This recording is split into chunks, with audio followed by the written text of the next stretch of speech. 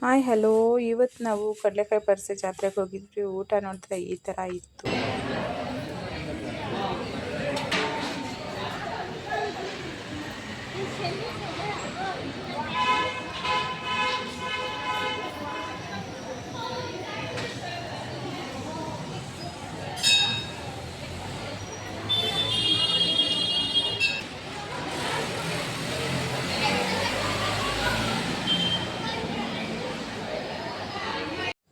Hi hello, welcome back to my channel. ನಾನು ನಿಮ್ಮೆಲ್ಲ ಖುಷಿ ಮಾತಾಡ್ತಾ ಇರೋದು. ಇವತ್ತಿನ ಬೆಳಗ್ಗೆನೇ ತಿಂಡಿಗೆ ಇಡ್ಲಿ ಮತ್ತು ಕಡಲೆಕಾಯಿ ಚಟ್ನಿ ಮಾಡಿದ್ದೀನಿ. ಏನಪ್ಪ ಅಂದರೆ ಇವತ್ತು ದೇವಸ್ಥಾನಕ್ಕೆ ಹೋಗಬೇಕು. ನಮ್ಮೂರಲ್ಲಿ ಕಡಲೆಕಾಯಿ ಪರಿಸೆ ಇದೆ. ಹಾಗಾಗಿ ನಾನು ಕೂಡ ಬೆಳಗ್ಗೆನೇ ಎದ್ದು ಎಲ್ಲ ಕೆಲಸ ಮುಗಿಸಿ ಸೀದಾ ದೇವಸ್ಥಾನ ಕಡೆಗೆ ಹೋಗಬೇಕು. ಹಾಗಾಗಿ ಯಾಕಂದರೆ ಮಕ್ಕಳಿಗೆಲ್ಲ ಟಿಫನ್ ಕಟ್ಟಬೇಕು, ಎಲ್ಲ ಕೆಲಸ ಮಾಡಿಬಿಟ್ಟು ಮನೆಯೆಲ್ಲ ಕ್ಲೀನ್ ಮಾಡಿ ಮನೇಲಿ ಪೂಜೆ ಮಾಡಿ ಆಮೇಲೆ ದೇವಸ್ಥಾನಕ್ಕೆ ಹೋಗಬೇಕು. ಆಲ್ರೆಡಿ ಇವಾಗ ದೇವಸ್ಥಾನಕ್ಕೆ ಹೋಗಿದ್ದೀನಿ. ಅಲ್ಲಿ ಬಂದು ಎಲ್ಲ ದೇವರು ಇದೆ. ತುಂಬ ಖುಷಿ ಆಯಿತು. ದೇವಸ್ಥಾನಕ್ಕೆ ಹೋದ್ರೆ ಒಂಥರ ಮನಸ್ಸಿಗೆ ಸಮಾಧಾನ ಆಗುತ್ತೆ ನನಗೆ. ಹಾಗಾಗಿ ದೇವಸ್ಥಾನಕ್ಕೆ ಹೋಗಿದ್ದೀನಿ. ಇವತ್ತು ಕಡಲೆಕಾಯಿ ಪರಿಸೆ ಬೇರೆ ಹೋಗಿದ್ದೀನಿ. ಆಲ್ರೆಡಿ ದೇವಸ್ಥಾನಗಳಿಗೆಲ್ಲ ಪೂಜೆ ಮಾಡಿಕೊಂಡು ಇಲ್ಲಿ ಬಂದು ಜಾತ್ರೆ ನಡೆಯೋದು. ಇಲ್ಲಿ ಕಡಲೆಕಾಯಿ ಪರಿಸೆ ಯಾರಿಂದ ಅಂದರೆ ಚಿನ್ನಪ್ಪನವರ ಇವರೇ ಅವರು ಬಗ್ಗೆ ಹೇಳೋಕ್ಕೆ ತುಂಬಾ ಇದೆ. ನೆಕ್ಸ್ಟ್ ವ್ಲಾಗಲ್ಲಿ ತಿಳಿಸ್ತೀನಿ. ಇದು ಬಂದು ಕಡಲೆಕಾಯಲ್ಲೇ ಡೆಕೋರೇಷನ್ ಮಾಡಿದ್ದಾರೆ, ನೋಡ್ತಾ ಇರ್ಬೋದು. ಬಾದಾಮಿ ಮತ್ತು ಕಡಲೆಕಾಯಲ್ಲಿ, ಯಾಕಂದರೆ ಇವರು ಕಡಲೆಕಾಯಿ ಜಾತ್ರೆ ಇವ್ರಿಗೋಸ್ಕರನೇ ಅಂತ ಇದು ಮಾಡಿದ್ದಾರೆ. ಕಡಲೆಕಾಯಿ ಪರಿಸೆ ಇಲ್ಲೇ ನಡೆಯೋದು.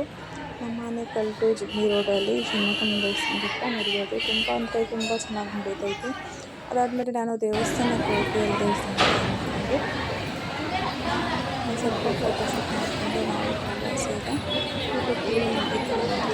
ತುಂಬ ನಾನು ಕೂಡ ಊಟ ಮಾಡಿಕೊಂಡು ಜಾತ್ರೆ ಎಲ್ಲ ನೋಡಿಕೊಂಡು ಬರೋಣ ಅಂತ ಹೋಗ್ತಾಯಿದ್ದೀನಿ. ನೋಡ್ತಾ ಇರ್ಬೋದು, ಅಲ್ಲಿ ಕಡಲೆಕಾಯಿ ಎಲ್ಲ ಹಾಕ್ತಾಯಿದ್ದಾರೆ, ಎರಿಸ್ತಾ ಇದ್ದಾರೆ. ಆಯ್ಕೊಬೋದು ಯಾರು ಬೇಕಾದರೂ. ಎಲ್ಲರೂ ಅಷ್ಟೇ, ಅವ್ರವ್ರ ಖುಷಿ. ಅದು ಎಷ್ಟು ಬೇಕಾದರೆ ಅಷ್ಟು ಕಡಲೆಕಾಯಿ ಇಂದ ಮುಂದೆ ಕಾಯಿ ಎಸಿಬೋದು. ಅದು ಬೇಕು ಅನ್ನೋರು ತೊಗೋಬೋದು, ಬೇಡ ಅನ್ನೋರು ಬಿಡ್ಬೋದು. ಕೆಲವು ಮಕ್ಕಳು ನೋಡ್ತಾ ಇರ್ಬೋದು ಕಡಲೆಕಾಯಿ ಕವರ್ ಹಿಡ್ಕೊಂಡಲ್ಲಿ ಆಯ್ಕೊತಾ ಇದ್ದಾರೆ. ಅದಾದಮೇಲೆ ನಾನು ಕೂಡ ಈ ಥರ ರೆಡಿಯಾಗಿದೆ ಸಿಂಪಲ್ಲಾಗಿ. ನಾನು ಕೂಡ ಸೀದಾ ಅಲ್ಲಿ ಕಡಲೆಕಾಯಿ ತಗೊಂಡು ಹಾಗೆ ಊಟ ಮಾಡಿಕೊಂಡು ಒಂದು ಸವಾರಿ ಮಾಡೋಣ ಗಾಡಿ ಮೇಲೆ ಅಂತ ಬರ್ತಾಯಿದ್ದೀನಿ. ಟ್ರಾಫಿಕ್ ಇದ್ದು ಆ ಕಡಲೆಕಾಯಿ ತರ್ಸೋಕ್ಕಂತ ಹೋಗಿ ಕಡಲೆಕಾಯಿ ತೊಗೊತಿಲ್ಲ ಅಂದರೆ ಚೆನ್ನಾಗಿರಲ್ಲ. ಅದಕ್ಕೆ ನಾನು ಕೂಡ ಐಸೇರು ಕಡಲೆಕಾಯಿ ತೊಗೊಂಡು ಬರ್ತಾಯಿದ್ದೀನಿ. ಆಮೇಲೆ ಅದಾದಮೇಲೆ ನಾನು ಕೂಡ ಮನೆಗೆ ಬಂದು ಸೀತಾಫಲ ತಂದಿದ್ದೆ ಮೊನ್ನೆ. ಹಾಗಾಗಿ ಹಣ್ಣಾಗೈತೆ ಇಲ್ಲ ಅಂತ ನೋಡ್ತಾ ಇದ್ದೀನಿ. ಹಣ್ಣಾಗಿತ್ತು. ಅಷ್ಟರೊಳಗೆ ಮಕ್ಕಳು ಕೂಡ ಬಿಟ್ಟರು. ನೋಡ್ತಾ ಇರ್ಬೋದು, KG 100 ರೂಪಾಯಿ. ಇದು ತುಂಬ ಅಂದರೆ ತುಂಬ ಇಷ್ಟ ಸೀತಾಫಲ ಅಂದರೆ. ನಾವು ಹಳ್ಳಿಗಳ ಕಡೆಯಲ್ಲಿ ಮರಗಳು ಹೊಲ್ದ ಹತ್ರನೇ ಇರ್ತಾಯಿತ್ತು. ಅಲ್ಲಿ ಮಣ್ಣಲ್ಲೇ ಮುಚ್ಚಿಟ್ಬಿಡ್ತಾಯಿದ್ರು. ತುಂಬ ಚೆನ್ನಾಗಿ ಹಣ್ಣಾಗಿ ಚೆನ್ನಾಗಿರ್ತಾಯಿತ್ತು. ಬಟ್ ಇವಾಗ ಆ ಥರ ಎಲ್ಲ ಆಗಲ್ಲಲ್ಲ. ಹಂಗಾಗಿ ಸಿಟಿಯಲ್ಲಿ ಕೊಂಡ್ಕೊಂಡು ತಿನ್ನಬೇಕು. ಹಣ್ಣು ತುಂಬ ಚೆನ್ನಾಗಿತ್ತು, ಸ್ವೀಟಾಗಿ. ಇದು ನನ್ನ ಮಕ್ಳಿಗೂ ಇಷ್ಟ ಆಯಿತು, ಹಾಗೆ ಕೊಡ್ತಾಯಿದ್ದೀನಿ. ಇದೇ ಫಸ್ಟ್ ಟೈಮ್ ನನ್ನ ಮಕ್ಕಳು ಸೀತಾಫಲ ತಿಂತಾ ಇರೋದು. ಯಾವ ಥರ ಇರ್ತೈತೆ ಟೇಸ್ಟ್ ಮಾಡೋಣ ಅಂತ ಕೇಳ್ತಾ ಇದ್ದಾರೆ. ಟೇಸ್ಟ್ ಮಾಡಿಸ್ತಾ ಇದ್ದೀನಿ, ನೋಡ್ತಾ ಇರ್ಬೋದು. ಏನು ಗೊತ್ತಾ, ಹಳ್ಳಿಯಲ್ಲಿದ್ರೆಗನ ಹಳ್ಳಿ ಆಚಾರ ವಿಚಾರಗಳೇ ಸೂಪರ್. ಸಿಟಿಯಲ್ಲಿ ಒಂದು ಹಬ್ಬ ಮಾಡಿದ್ರು ಹಬ್ಬದ ಥರನೇ ಇರೋಲ್ಲ. ಅದೇನೋ ಒಂಥರ ಇರ್ತೈತೆ. ಹಳ್ಳಿನೇ, ಸಿಟಿನೇ. ಅದಾದಮೇಲೆ ನಾನು ಕೂಡ ಇವತ್ತು ಡಿಮಾರ್ಟ್ಗೆ ಹೋಗ್ಬಿಟ್ಟು ಬಂದೆ. ತುಂಬ ದಿವಸ ಆಗಿತ್ತು ಡಿಮಾರ್ಟ್ಗೆ ಹೋಗಿ.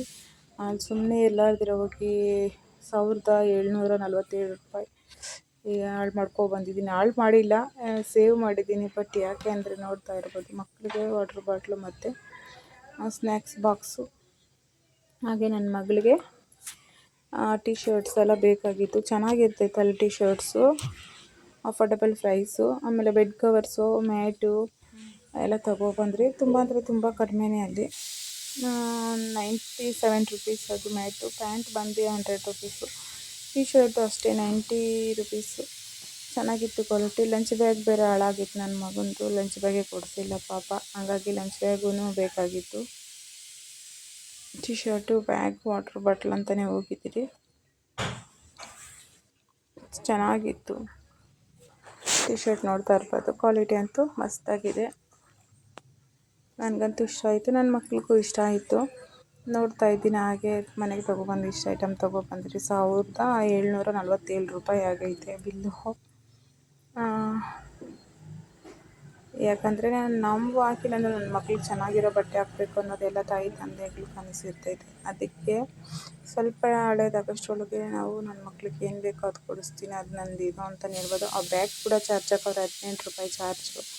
ಈ ಮಾರ್ಟಲ್ಲಿ ನಾವೇ ಬ್ಯಾಗ್ ತೊಗೊಂಡೋಗಿದ್ರೆ 18 ರೂಪಾಯಿ ಉಳಿತಾ ಇತ್ತು ಅಂತ ಈಗ ಬಂದರೆ ಇದು ಬಾಕ್ಸ್, ಇದು ಪುಟಾಣಿ ಬಾಕ್ಸು 129, 160 ರುಪೀಸ್ ಅಂತೆ. ಆದರೂ ಡಿಸ್ಕೌಂಟ್ ಹೋಗಿ 129. ಈ ವ್ಲಾಗ್ ಇಷ್ಟ ಆಗಿತ್ತು. ನೆಕ್ಸ್ಟ್ ವ್ಲಾಗಲ್ಲಿ ಸಿಗೋಣ.